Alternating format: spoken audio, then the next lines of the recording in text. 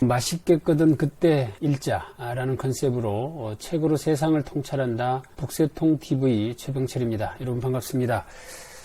저는 지금 집에서 그 주말에 지난주에 우리가 봤던 이 김승호 회장님의 부의 속성이라고 하는 책을 녹화를 하고 있습니다. 지금 여러 가지로 유튜브에 라이브로 진행을 해보는 것을 전제로 해서 테스트 겸해서 이렇게 진행을 하고 있는 것이어서 여러분들 조금 양해해 주시면서 이렇게 영상을 봐주시면 고맙겠습니다.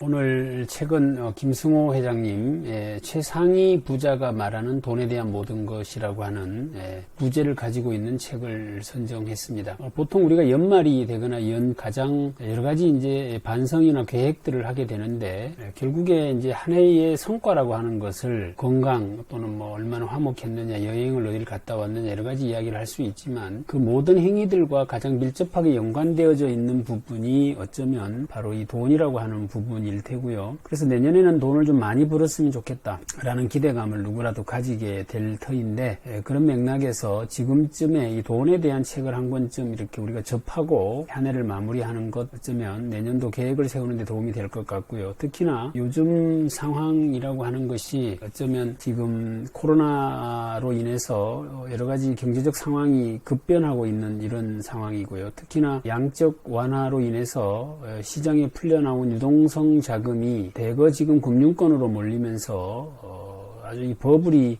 심각하다라는 이야기와 더불어 또 반대쪽에서는 이런 장세가 앞으로도 계속될 것 같다. 당분간 뭐 2022년도까지는 계속될 것 같다라고 하는 주장 등으로 해서 굉장히 좀 혼란스러운 이런 상황입니다. 때문에 이쯤에서 우리가 돈에 대한 전반적인 생각을 한번 검토해 볼 수 있는 그런 시간이 필요하다라는 관점에서 이 책을 선정했다 미리 말씀을 좀 드리고요. 사실 이 돈에 대한 이야기는 일반적으로 이 재테크 관련 책들이 시중에 넘쳐납니다. 하지만 그런 책들이 통상 그 돈을 좀 많이 벌어본 사람들이 이렇게 쓰게 되는데 돈을 벌어본 사람이 돈 이야기를 해야 설득력을 가지는 것이죠. 돈을 못 벌어본 사람이 이렇게 하면 돈이 벌린다더라라고 써놓은 책들을 누가 읽겠습니까? 그런 관점에서 본다면 제가 만나게 되는 이 김승호 회장님은 굉장히 부를 많이 이렇게 축적하시고 일궈내신 분 중에 한 분이라고 설명드릴 수 있을 것 같습니다. 지금 현재 스노우팍스라고 하는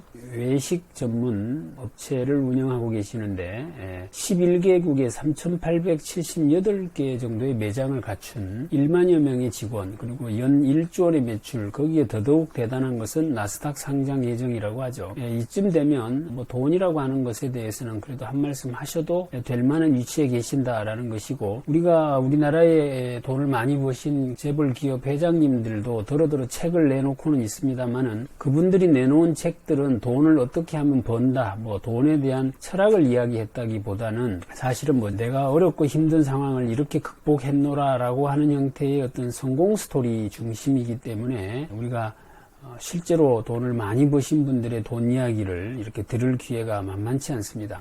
그런데 그런 측면에서 보면 이 김승호 회장님의 책은 우리에게 굉장히 관심을 끄는 부분에서 충분한 요건을 갖췄다 이렇게 말씀드릴 수 있을 것 같고요. 저도 한때 이 재무안전연구소 소장이라는 이름으로 활동을 했던 적이 있습니다. 제가 가진 생각은 이랬었죠. 돈을 못 벌어서 가난한 사람은 없더라. 아무리 소득이 적다 해도 평생 버는 돈의 금액은 그렇게 적은 돈이 아니다. 그런데 실상 가난하게 사는 이유는 그 돈을 누군가에게 빼앗기기 때문이다. 때문에 돈은 안전적 차원에서 접근해야 된다라는 컨셉으로 한때 활동을 했던 기억이 있습니다. 해서 제가 이제 돈에 대한 이야기는 책을 많이 이렇게 다루고 했죠. 저희 북새통 프로그램에서도. 그런데도 제가 이제 항상 시간이 지나고 나서 보면 가장 저에게 기억에 남는 이 돈에 대한 이야기는 사마천의 사기에 나오는 돈에 대한 이야기입니다. 부의 차이가 자기보다 10배가 많으면 굴복하게 되며 100배가 많으면 두려워하고 1000배가 많으면 불임을 당하고 10,000배가 되면 그의 기꺼이 노복이 되기를 자청한다. 그런 내용이 나오는데 어쩌면 우리가 돈에 대해서 또는 부라고 하는 것에 대해서 관심을 가져야 하는 가장 큰 이유가 이렇게 하나의 문장으로 깔끔하게 정리되어져 있다, 이런 생각이 듭니다. 해서 우리는 돈이라고 하는 것에 대해서 좀 솔직하게 접근할 필요가 있다라는 것이고요. 저는 돈이 필요해요 라고 하면 내가 가난하게 비치는 위험이 있고요. 내가 또 필요 없어요 라고 이야기를 하면 어쩌면 돈 벌 기회로부터 차단당하는 위험이 있죠. 때문에 우리는 돈에 좀 솔직한 입장을 가지고 있어야 한다라는 것이 일반된 주장들인데, 자, 뭐 이런 생각 겸하시면서 오늘 김승호 회장님의 책 내용을 빠른 속도로 살펴보도록 그렇게 하겠습니다. 서문에 이렇게 적어놓고 계십니다. 돈, 사랑하는 사람을 보호하고 남의 신세 안 지게 하는 가장 중요한 수단이다. 그리고 그것은 어쩌면 그 평범한 것인데 그 평범함을 가능케 하는 것이 바로 돈이다, 이렇게 이야기를 하고 있고요. 그러면서도 이 돈이라는 것은 그 평범함을 가능케 하는 것인데 결코 평범하지 않다라고 하는 이야기를 적어 놓으셨습니다. 굉장히 수긍이 가는 그런 내용입니다. 그리고 이제 첫 번째로 하는 이야기가 이 책에는 총 74개 정도의 메시지를 담고 계시고 각 주제별로 페이지 수가 2페이지를 넘지 않는 정도 수준에서 써 놓은 글입니다. 때문에 읽기에 또는 접근하기에 굉장히 쉽고 편안합니다. 전문적으로 글을 쓰는 사람이거나 또는 뭐 문학적인 어떤 그런 표현 하신 것이 아니라 아주 솔직하게 대화체 형식으로 이렇게 써놓은 글들이기 때문에 굉장히 읽어나가기가 속도감도 있고 편안하다, 이렇게 말씀을 드리고요. 첫 번째로 하고 있는 이야기가 돈은 인격체다, 이렇게 이야기를 하십니다. 돈의 속성이다라고 제목을 붙인 것으로부터 벌써 우리가 힌트를 얻을 수 있었는데요. 그 성자가 성품 성자니까 돈이 성이 있다, 이렇게 본다면 돈은 인격체다, 이렇게 보고 계신다라는 것을 우리가 유추해 볼 수 있는 것이죠. 그래서 돈은 인격체이기 때문에 집에만 가둬두면 나가려고 하고 구두쇠 짓을 하면 다른 돈들을 보고 오지 말라고 한다. 소중하게 생각하면 옆에 붙어 있으려고 한다. 이런 성격을 가지고 있다. 그러니 돈을 인격체로 대해야 한다라는 것입니다. 우리가 돈을 함부로 해서 훼손을 한다거나 돈을 함부로 대하는 태도가 나에게 있다면 돈이 인격체이기 때문에 나를 싫어해서 떠날 수도 있겠다라는 생각을 해보게 하는 그런 문제. 첫 번째 나오는 글이고요. 주식을 사지 말고 훌륭한 경영자에게 투자해라, 이렇게 이야기를 합니다. 그러니까 우리가 실제로 이제 정보를 접해보면 어떤 오너들이 있죠. 경영자들. 그분들의 사고, 또 가치관, 철학, 어떤 경영의 스타일이나 추진력, 이런 것들이 굉장히 훌륭하신 분들이 계시죠. 그래서 내가 직접 투자하는 것 못지않게 그 사람들에게 투자하는 방법, 그것도 굉장히 돈을 버는데 좋은 방법이다라고 생각을 피력하셨어요. 그래서 어떤 주식을 사야 하느냐, 이런 생각을 하지 말고 어떤 사장님이 훌륭하냐를 한번 보시고 그분에게 투자한다라는 생각으로 접근하시는 것도 좋은 방법이다. 오늘 어디 신문인가를 보니까 현금도 목이다, 이렇게 표현을 해 놓은 글을 봤는데 굉장히 멋진 표현이다 생각을 했었습니다. 그래서 주식 사지 말고 그 회사의 훌륭한 경영자에게 투자를 한다는 생각을 해라, 이렇게 말씀을 하고 계시고, 그 다음에 이제 일정하게 들어오는 돈의 힘에 대한 이야기를 하셔요. 그래서 우리는 이제 흔히 파이프라인이다, 이렇게 이야기를 했었죠. 일정하게 들어오는 돈의 힘을 무시하지 마라. 예를 들어 농사 짓는데 강우량이 1000mm가 필요하다면 6달 간격으로 500mm씩 비가 내려서 연 강우량이 1000mm라고 하면 거기 농사 지을 수 없다. 매주 또는 뭐 이틀 3일 간격으로 20mm, 30mm씩 내리는 비가 모여져서 1000mm가 될 때 그곳에서는 농사를 지을 수 있는 것이다. 때문에 이 캐시플로우라고 부르는데 기업 운영의 핵심은 결국 현금 흐름이다. 그럼 여기서 기업 운영이 아니라 가게 경영의 핵심 또한 현금 흐름이다라는 것이죠. 그래서 크지 않지만 작은 수입이라도 지속적으로 들어오게 하는 것, 이것이 어쩌면 이 부를 만들어가는데 가장 기초적인 것이 아니겠느냐라는 생각을 해보게 하는 그런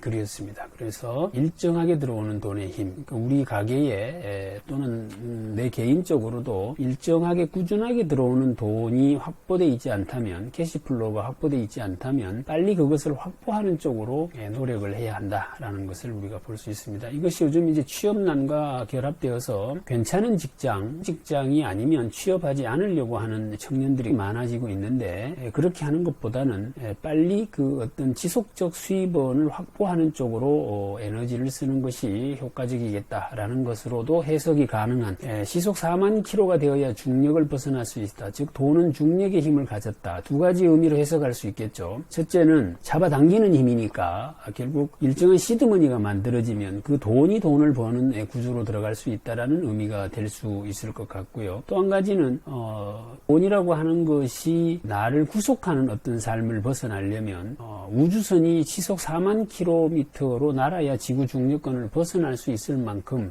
그만큼 나를 구속하는 힘은 크다라고 하는 것도 동시에 생각해 볼 수 있는 글이 소개되어져 있습니다. 그래서 돈은 끌어당기는 힘이 있다. 끌어당김의 이런 이야기들 우리 많이 들었는데, 그래서 나는 그 어떤 끌어당김의 힘을 발휘하는 일정한 규모의 돈을 확보하고 있느냐라는 생각을 해봐야 하겠습니다. 남에 대하는 태도가 내 돈을 대하는 태도다, 이렇게 되어져 있습니다. 이분이 코스트코를 가시면 주차장에 쇼핑카트가 이렇게 너저물어져 있죠. 저것을 본인이 정리를 하고 한쪽으로 끌고 들어가신다고 해요. 이유는 뭐냐면 대형 슈퍼마켓을 해보셨는데 그때 연간 이 쇼핑카트 분실이나 훼손으로 인해서 연간 2만 불 이상의 손실이 발생했더랍니다. 결국에 내 돈이 아니지만 남의 돈이 그렇게 없어진다는 사실을 알기 때문에 그렇게 정리를 해주고 한다라는 이야기를 써놓고 계시면서 남의 돈을 대하는 태도가 내 돈을 대하는 태도다, 이렇게 이야기를 하고 있습니다. 한번 좀 곱씹어 봐야 될 그런 내용이다라는 생각이 들고요. 이러한 태도를 가진다면 결국 훨씬 우리 사회가 투명하고 공정한 사회가 되지 않겠느냐라는 생각도 해보았습니다. 자, 다음에 100억을 상속받았는데 절대 잃지 말라는 유언이 있었다면, 절대로 잃지 않는 방법은 결국 이제 은행에다가 적금 들어두는 방법 말고는 잘 없겠죠. 그런데 만약에 그것을 은행에 넣어둔다면 실제 요즘 금리가 뭐 0% 이러니까 마이너스 금리, 제로 금리 시대니까 그 정도만 주죠. 뭐 우대금리를 받는다 해도 아마 거기에서 조금 더 추가되는 정도일, 그러면 연간 약 8천만 원 정도 수입이 되는데, 그중에 우리가 이자 소득 15.4%를 공제하고 물가 상승률 0.4%를 감안해서 고려한다면 대략 실질 수입은 2,768만 원이다. 월 한 230만 원 정도 수입밖에는 되지 않는 것이다. 이렇게 이야기를 해놓고 있습니다. 나도 우리 부모님으로부터 한 100억 정도 상속을 받으면 얼마나 좋겠나, 이런 생각들을 하실 텐데, 내가 만약에 월 230만 원 정도 이상의 수입을 만들어내고 계신다면 이미 100억 정도의 상속을 해준 것과 동일하다라는 것으로 해석해 볼 수 있겠습니다. 정기적으로 지속적으로 들어오는 수입원이 그만큼 중요하다라는 것을 우리가 생각해 보게 하는, 우리 집에 수입원 창출하고 있는 사람이 가져오는 돈의 가치가 어느 정도 가치인지를 생각해 본다면, 우리 집에 100억 정도 나가는 꼴동품이나 보석이 집에 있다면 아마 예지중지해서 엄청나게 소중하게 다룰 것이에요. 그렇게 대해주면 좋겠다. 결국 이제 그 일정하게 들어오는 돈의 수입, 이것을 우리는 자본소득 이렇게 이야기를 하죠. 그런데 이 피케티라고 하는 이 프랑스 학자라고 하는 책에서 소개를 해서 우리 사회에 굉장히 이 센세이션을 일으킨 내용이 바로 어떤 경우에도 노동수입은 자본수입을 능가하지 못했다라고 하는 이야기. 자본소득은 지속적으로 수익이 증가했는가 하면 노동수입은 지속적으로 감소하는 패턴의 양상을 띈다라고 하는 이야기를 우리가 한번 주목해 봐야 할 것이고, 때문에 지금 내가 노동수입에 너무 의존하고 있다면 자본소득을 만들어내는 쪽에 집중해야 되겠다라는 생각을 해보게 합니다.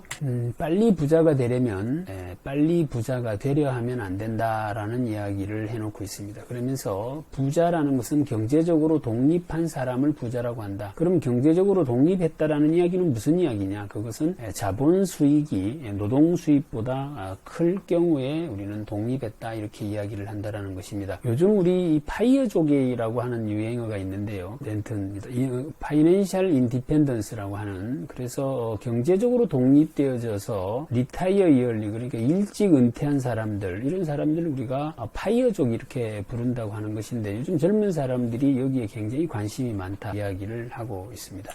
경제 전문가는 실제로 경제를 예측할 수 있느냐라는 이야기를 하는데, 전문가들의 말보다 무서운 건 이들 의견에 무게를 두고 모든 재산을 거는 사람들이다. 모를 때보다 안다고 생각하다가 틀릴 때가 오히려 위험하다 이야기를 합니다. 그렇죠. 요즘 이 팟캐스트들 또는 개인 방송을 하는 이런 사람들이 원체 많이 늘면서 전문가라고 불려지는 사람들이 많지요.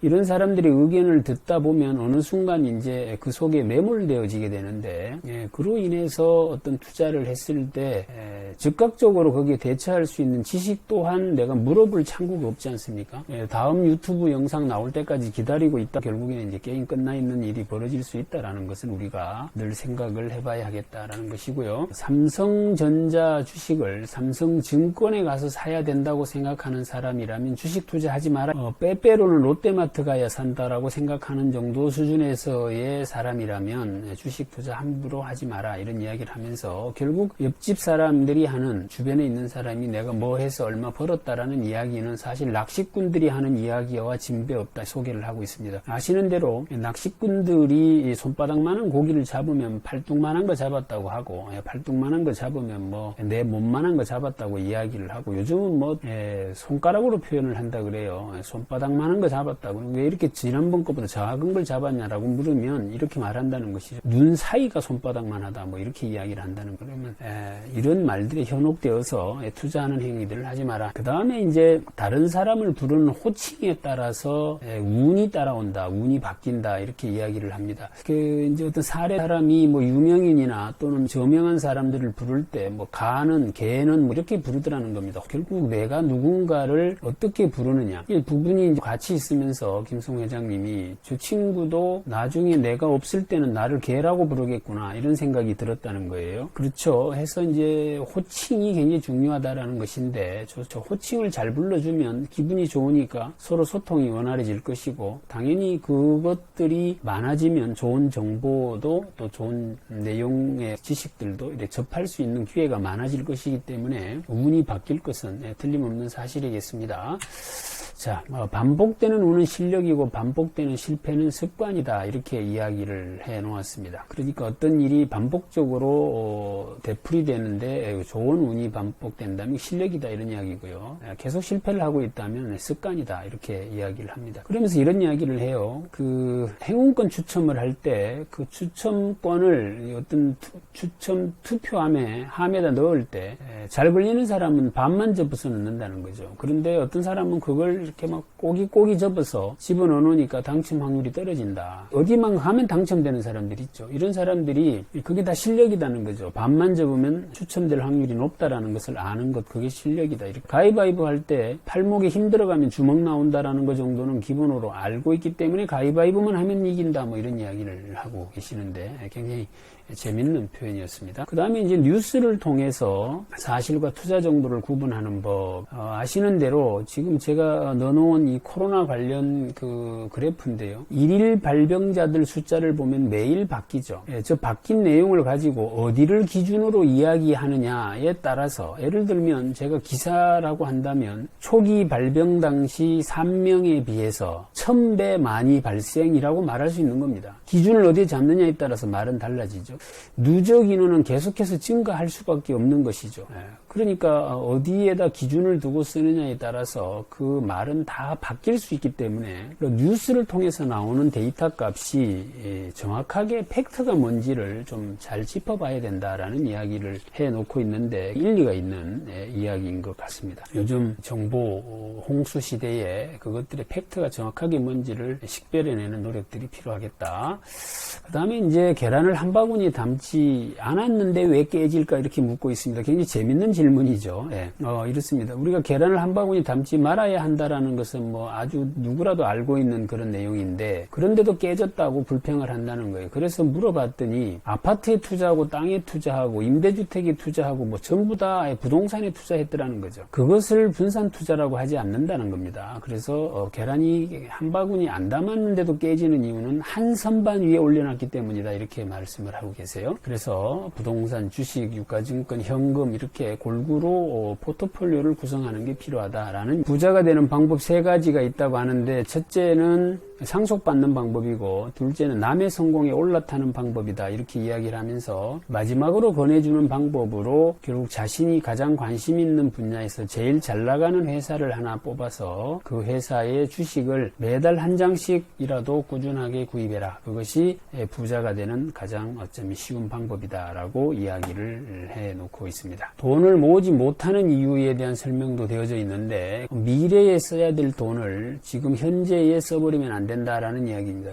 누가 부자냐? 우리는 흔히 이제 10억 이상이면 부자다, 이렇게 말들을 하지 않습니까? 현금 자산 10억 이상을 가진 사람이 우리나라의 경우에 32만 3천 명 정도가 된다. 0.63% 정도의 비율이다. 그런데 김성우 회장님은 이 사람들이 부자가 아니라 본인이 생각하는 부자의 기준은 3가지인데, 첫째는 융자 없는 본인 집을 소유하고 있는 사람, 두 번째는 비근로소득이 521만 원 정도 있는 사람, 이렇게 이야기를 합니다. 그것이 이제 한국 가구의 월 평균 소득이 아마 521만 원 정도가 되는 모양인데, 그 돈이 비근로 소득으로 들어온다면 부자다. 그리고 3번째, 돈 벌고 싶은 욕망 같은 것이 없는 사람, 이제 뭐 돈 더 안 벌어도 돼요, 뭐 이렇게 이야기할 수 있는 사람이라면 그분은 부자다, 이렇게 정의를 하고 있는데, 여러분들은 어떠십니까? 이 3가지 중에 어디에 해당이 되시는지. 우리는 흔히 3분 돈 벌고 싶지 않아요 라는 이야기를 곧잘 하는 사람들을 목격하게 되는데, 그것이 실제로 돈이 없어도 된다고 생각되어서 그런 것인지, 아니면 실제로 돈이 필요한데도 남들에게 돈이 필요하다라고 이야기하면 궁색해 보일까 싶어서 말을 그렇게 하는 것인지가 분명하게 정리되어야 할 것 같습니다. 여기까지 말씀을 드리고 2편에서 나머지 내용을 또 언급해 드리도록 그렇게 하겠습니다. 여러분들 수고하셨습니다. 고맙습니다.